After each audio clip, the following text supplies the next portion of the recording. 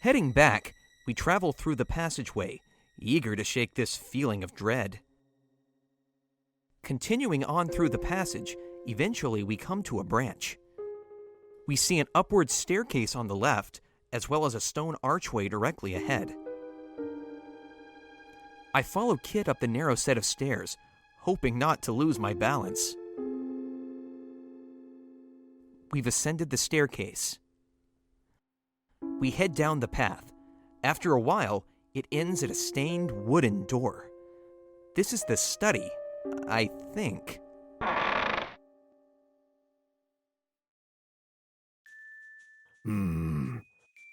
Okay, time to find that key. Kid says as she steps into the center of the room, surrounded by row after row of books. Where did that crazy mirror say we could find it? Hey, Serge, pay attention when I'm talking to you. Huh? I thought you remembered which one it was. So, which is it? I'm pretty sure it's that purple book over there, I think. Which one? Oh, I see it. Kid pulls out a purple book towards the bottom of the shelves. I watch closely as she opens it up. Flipping through the pages, suddenly an old brass key falls out of the book, hitting the ground with a clank. All right, the key! Throwing the book aside, Kid bends down and grabs the key. Her eyes light up as she stares at it in her hands. We race out of the study, eager to see what awaits us in the vault. Magil falls behind a moment later, after returning the book to the shelf. No one must know that I used to be a librarian. No one. We leave the study, retracing our steps through the dark passageway. Proceeding ahead on the path, we come to a staircase going up, and a firm-looking set of doors on the left. Oh my god, doors again! There better be treasure here. The smell of gold's thick in the air, mate. It better open now, says Kid, putting the key we found into the lock. As the lock clicks, we're suddenly showered in all colors of light. Must have been an enchanted lock. Whatever's on the other side of this door's got to be good! The heavy doors open, slowly. Inside the room, I gasp at the awesome spectacle laid out before our eyes.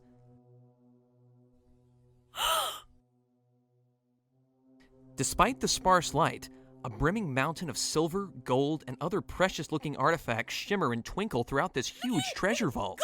Kid is almost drooling at the sight.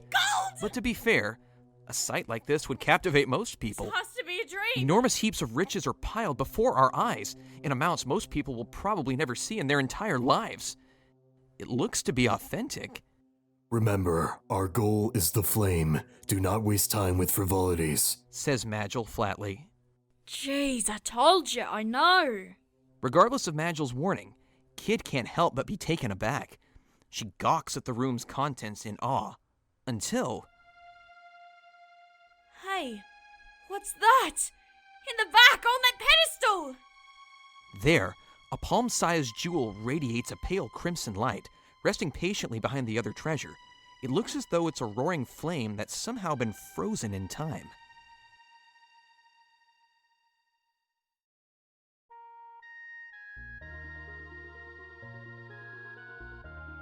The frozen flame!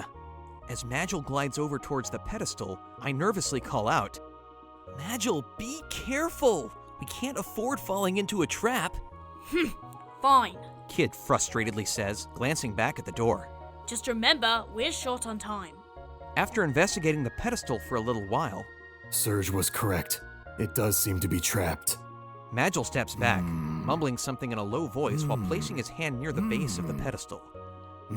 Slowly, an inscription begins to emerge on its surface, shining brightly for a moment. It should be disarmed now, he says, before cautiously lifting the scarlet jewel from the pedestal. Yes, we got the flame! Whew! We did it! With a sigh of relief, I turn towards Magil. He's looking intently at the flame. Way to go, Magil! Alright, let's... Suddenly, the gem shatters into 1,000 pieces in Magil's hand. It's a fake.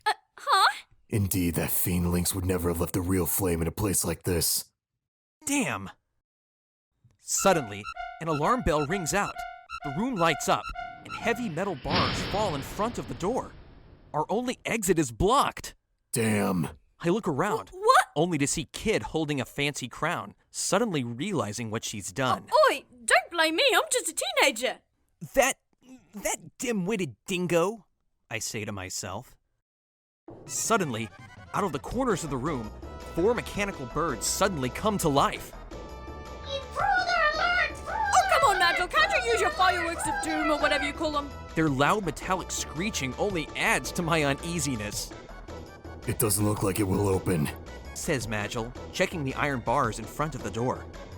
But before Magil can even finish his sentence, we start to hear deep, snarling voices somewhere outside the room. Which way is it coming from? A heavy voice asks. Sounds like the treasure vault's alarm to me. The voices continue to get louder and louder as we stand motionless inside the room. We silently gawk at each other, hoping any one of us will have some sort of plan. Kid hides herself under a mountain of gold coins. Quick, hide, mate! I frantically look around the room. There! Over in the far corner, there's an empty treasure chest behind a post. I dash over towards it, climb in, and close the lid. I'm gonna go hide in the shadows. Looks like there's no one here, boss. That's strange. No one's ever been able to escape this old thing. Softly opening the lid of the chest, I take a peek outside through the small crack and see 5 goblins, bedecked in armor, having unlocked the iron bars and standing just a few feet from me. They look around the room restlessly, peeking into the shadows. Eventually, one of them raises his head to speak. Maybe a rat set it off. The cook was complaining about rats just the other day. Rats? Are you trying to tell me a rat set off the trap? A fat goblin questions the other with a doubtful face. And with that, Squeak, squeak, squeak, squeak. comes from the corner over by where Kid's hiding. Taken aback, the goblins stop moving and look at each other. After a little while, the chief slowly strokes his chin and says, No. Actually, wasn't it stray cats the cook was complaining about? Well, shit. comes the voice a second time. Again, the goblins glance at each other. Oh, that's strange. What I heard is that it was a vicious heckran. I think. Not a peep this time. I can only picture Kid racking her brain, trying to think of what a heckran sounds What the like. hell is a hegron? Just as I thought. A thief. Says one of the guards. But just as they start to approach,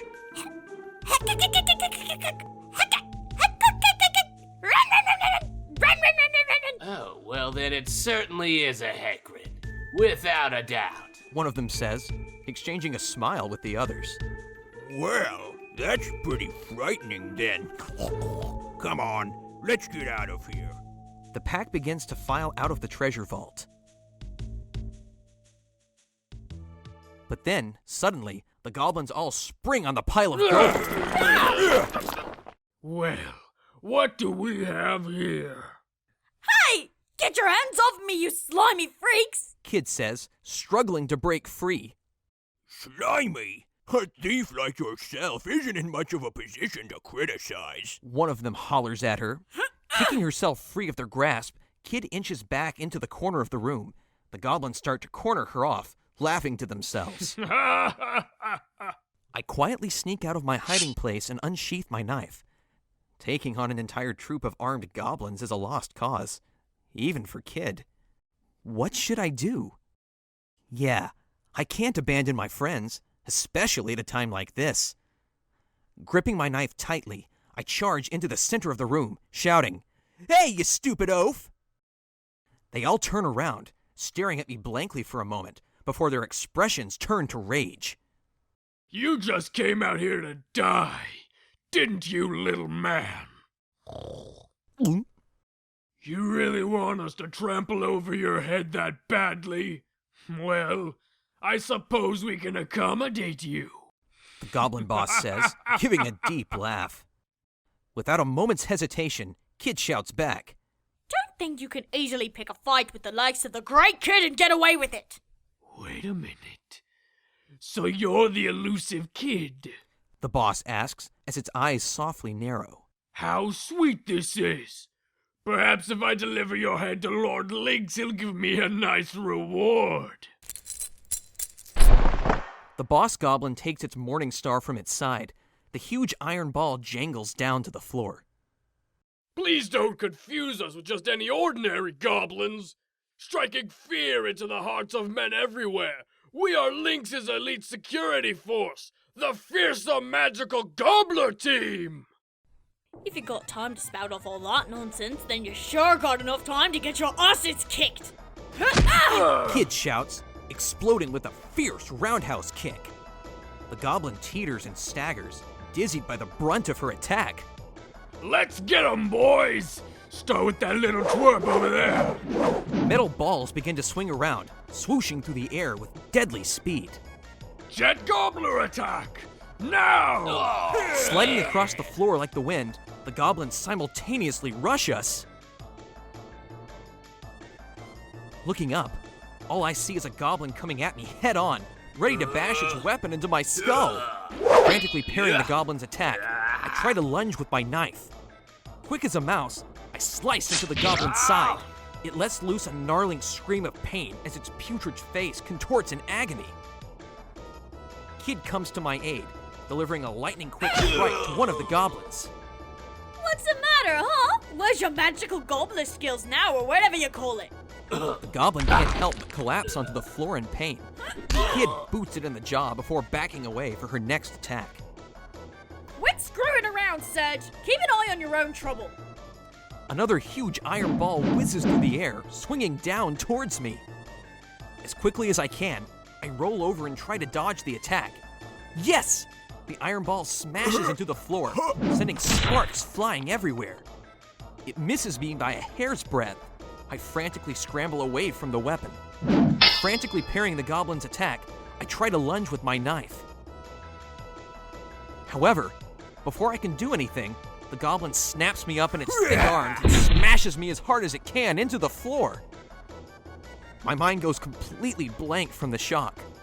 Just then, I start to hear an odd howling noise from behind me. I turn around to see Magil's black wind spell streaking out from his fingertips, transforming in midair into a countless number of razors. They fly like homing missiles into one of the goblins, cutting it to shreds. How could a human have such power? Who are you? The goblin shrieks in fear as its body is effortlessly torn to pieces. Magil's expression remains unchanged as he silently surveys the scene, looking for his next target. Long live Lord Lynx! Glory to the magical Gobblers! Says the last of the goblins as it comes crashing to the ground in a bloody mess. Whew, that's the last of them. Easy. Easy. Says Kid, wiping some sweat off her brow. Damn it, Serge. You're such a loon thinking you could rescue me from those goons like that. It worked out pretty well though, eh, mate? We must be on our way. Magil says. There's no way of knowing who else knows we're here now. I know. That bastard's causing us too much trouble. They said they were Lynx's personal guards, yeah? They might have some valuable stuff on them. But before she even finishes speaking, Kid starts to search through the head goblin's clothes.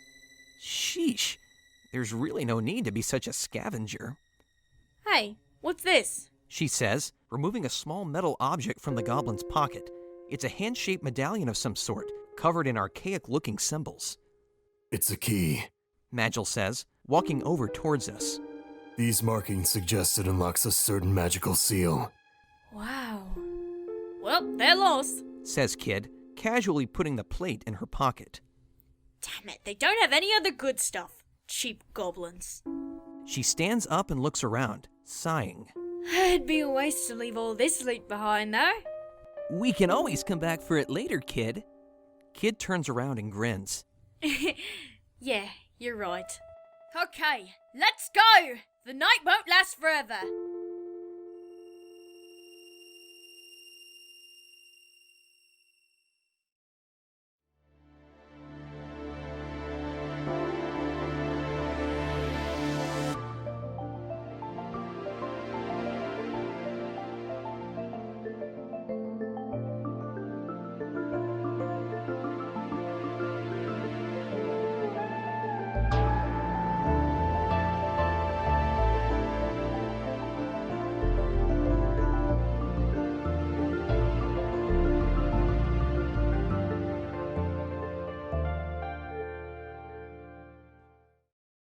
we got the frozen flame! I just hope that this isn't a fake. Let's start project.